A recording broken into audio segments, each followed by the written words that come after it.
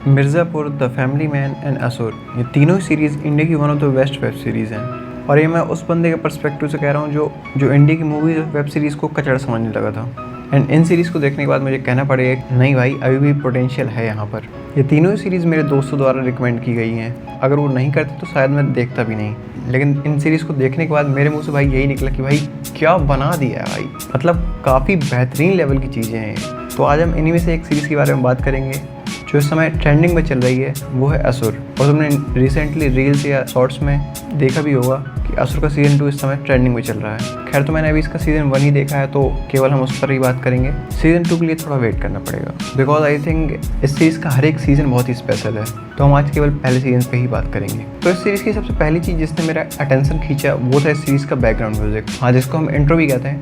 तो जब सीरीज़ का एंड स्टार्ट होता है, हालांकि वो छोटा है लेकिन जितना भी है वो गूज़बम्प्स देता है। ऐसा मैंने लास्ट टाइम फील किया था जब मैंने विक्रम मूवी में रोलेक्स की एंट्री देखी थी। हालांकि उतना ज़्यादा सेंसेशनल नहीं था, बट फिर भी कंपैरिजन में थोड़ा बहुत तो ये मैच कर रहा था। लाइक सीरियसली इस सीरीज़ का बैकग्राउंड म्यूजिक काफ़ी ज़्यादा बेहतर, और इस सीरीज़ के हिट होने में बैकग्राउंड म्यूजिक का बहुत बड़ा हाथ है, क्योंकि ये बैकग्राउंड म्यूजिक वो थ्रिलर और सस्पेंस वाली फील देता है। उसके बाद अगर हम बात करें सीरीज़ की, तो इस सीरीज़ की मोस्टली स्टोरी बेस्ड है हिंदू माइथोलॉजी पर। इस सीरीज़ का मेन फोकस कलयुग, डीमंस यानी असुर्स और गॉड्स पर रहता है, जहाँ पर जो किलर है वो अपने आप को एक असुर मानकर लोगों को मारता है। एंड सीरीज़ काफ़ी कॉम्प्लिकेटेड भी कही जा सकती है। एंड सीरीज़ अपनी ऑडियंस को ठीक ठाक चैलेंज भी देती है, बट यहाँ पर सीरीज़ में एक कैच है, क्योंकि अगर तुम हिंदू धर्म के फॉलोवर नहीं हो तो ये सीरीज़ तुम्हें ज़्यादा जल्दी समझ में नहीं आएगी, क्योंकि इस सीरीज़ में गीता और वेदों काफ़ी सारे श्लोक यूज़ किए गए हैं, और वो भी एकदम शुद्ध हिंदी में। तो उसकी वजह से हो सकता है सीरीज़ समझने में तुम्हें थोड़ी प्रॉब्लम आए। और इस सीरीज़ को देखने के बाद एक चीज़ तो क्लियर है कि इस सीरीज़ के डायरेक्टर्स एंड राइटर्स ने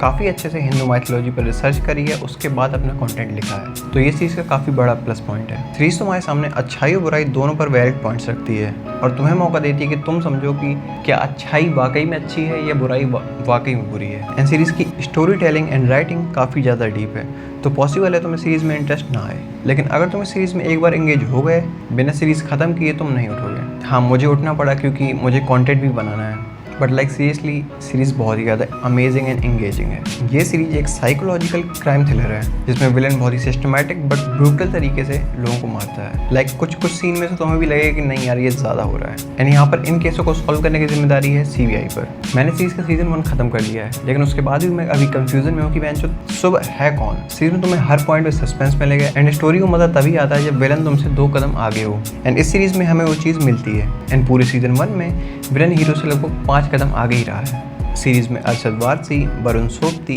ब्यूटीफुल रिद्धि डोगरा एंड विशेष बंसल, इन सभी की एक्टिंग बहुत ही बढ़िया है, लेकिन साइड कैरेक्टर्स ने उतना बेहतर काम नहीं किया है। खासकर नैना का कैरेक्टर जो स्टार्टिंग में थोड़ा इरिटेटिंग फील होता है, और उसके बाद वो आदित्य जलान, साला अमीर का चौथा, भाई उसको देखकर तो चप्पल फेंक के मारने का मन कर रहा था।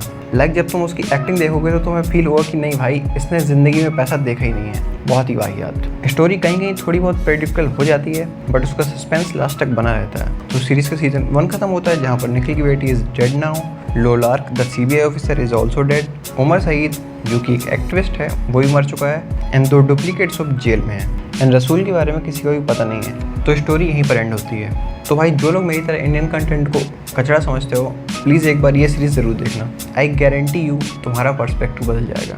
और अगर तुम ये सीरीज़ पहले से ही देख चुके हो तो अपनी top 3 Indian web series comment में ज़रूर बताना, शायद मैं और भी बेहतरीन कंटेंट मिस कर रहा हूँ। खैर तो अब मैं चला सीजन 2 देखने। अगर इस चैनल से जुड़े रहना चाहते हो तो शुभ को सब्सक्राइब कर लो, एंड तथास्तु।